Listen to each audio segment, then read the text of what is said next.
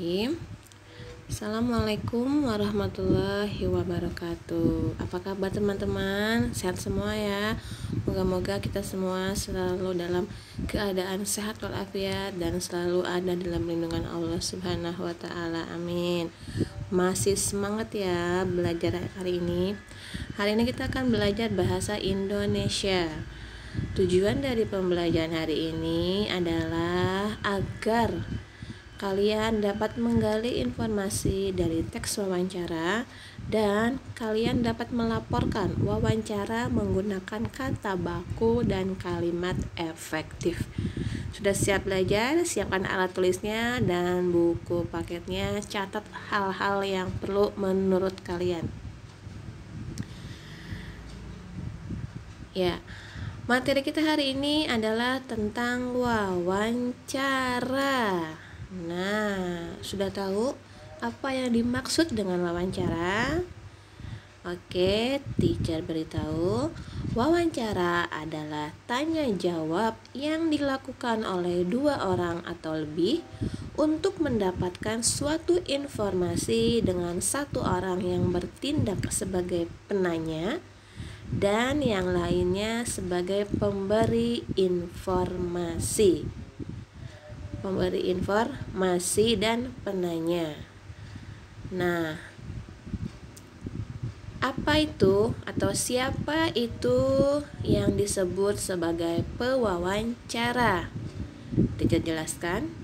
Pewawancara yaitu orang yang mengajukan pertanyaan pada kegiatan wawancara. Sedangkan narasumber adalah orang yang memberikan informasi atau orang yang diwawancarai. Harus kalian tahu, harus kalian perhatikan, orang yang bisa dijadikan sebagai narasumber adalah orang yang ahli di bidang yang berkaitan dengan informasi yang kita cari. Contohnya, kalau kamu mau mewawancarai dengan tema pendidikan atau tentang sekolah, maka narasumbernya yaitu kepala sekolah. Kamu mau wawancara tentang kesehatan, maka orang yang menjadi narasumbernya boleh dokter, boleh suster, dan yang sederajat. Mengerti ya? Lanjut. Teman-teman, wawancara itu punya ciri-ciri ya. Ciri-ciri dari wawancara itu ada 1, ada pewawancara dan narasumber pastinya. Yang kedua, itu dilakukan secara bertatap muka, secara langsung. Yang ketiga, dilakukan untuk mengumpulkan fakta dan data. Terus, di dalam wawancara ada beberapa hal yang harus dipersiapkan. Yang pertama, kalau kamu mau mewawancara, mau melakukan wawancara, yang pertama, kamu harus tentukan topik. Contohnya, tentang kesehatan, tentang kebersihan, tentang pendidikan, tentang makanan mungkin boleh ya. Terus yang kedua, kamu harus memilih narasumber. Nah, narasumber ini harus sesuai dengan topik yang akan kamu pakai dalam wawancara. Terus yang ketiga, kamu harus membuat jadwal wawancara dulu. Janjian deh sama narasumbernya. Dan kalau sudah punya jadwalnya, sudah janjiannya, susun deh daftar pertanyaan. Kira-kira apa yang kamu mau tanyakan ya. Dan kemudian catat deh apa hasil wawancara, apa pokok dari wawancara yang kamu buat. Kemudian kalau sudah membuat pokok wawancaranya, laporkan deh hasil wawancara. Ini akan kita pelajari nanti ya.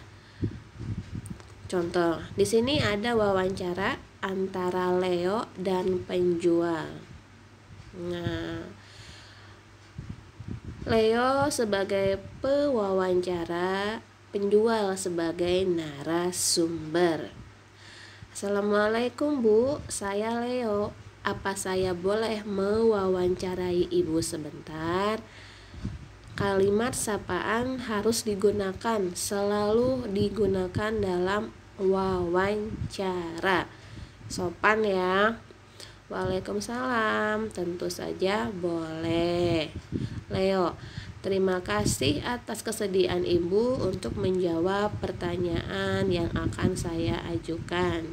Yang pertama, saya ingin bertanya, sejak kapan Ibu memulai bisnis warung ini?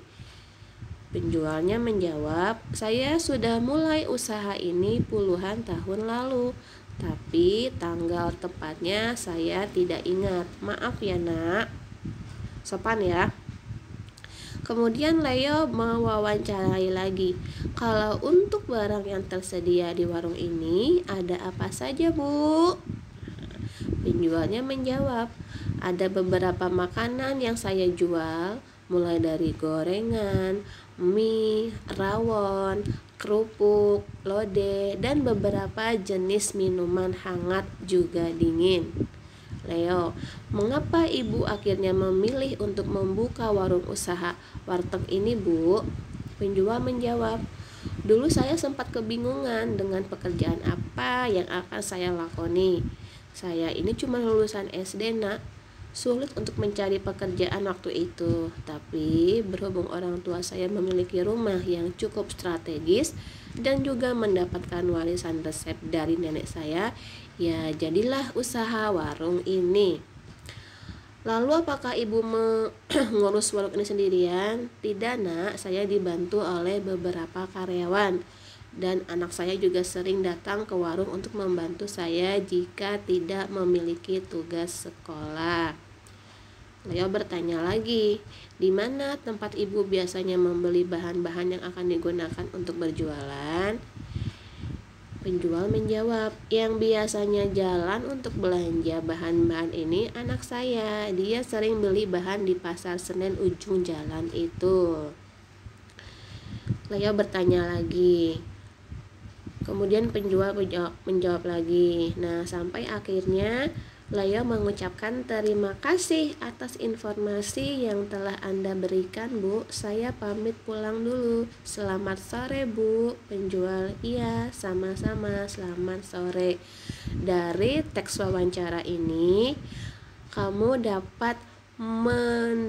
akan mendapatkan beberapa informasi yang sesuai dengan ciri-ciri wawancara ya. Satu, mengenai tema wawancara. Tema wawancaranya itu tentang wirausaha. Kebetulan di sini wirausahanya itu di bidang makanan. Yang kedua, ada pewawancaranya ya. Ada Leo sebagai pewawancara. Kemudian narasumbernya ada si penjual. Terus isinya tentang bisnis warung makanan tadi ya. Kapan berdirinya, kenapa kok mau milih bisnis ini. Nah, yang terakhir yang kelima, adakah kalimat sapaan? Ada. Dalam wawancara kamu wajib menggunakan kalimat sapaan di awal wawancara. Contohnya, assalamualaikum, selamat sore, selamat siang, selamat malam. Jelas ya? Nah, materinya hari ini cukup sekian. Terima kasih atas perhatiannya. Semoga bermanfaat buat kita semua. Tetap semangat, tetap jaga kesehatan walaupun kita masih belajar di rumah. Wassalamualaikum warahmatullahi wabarakatuh.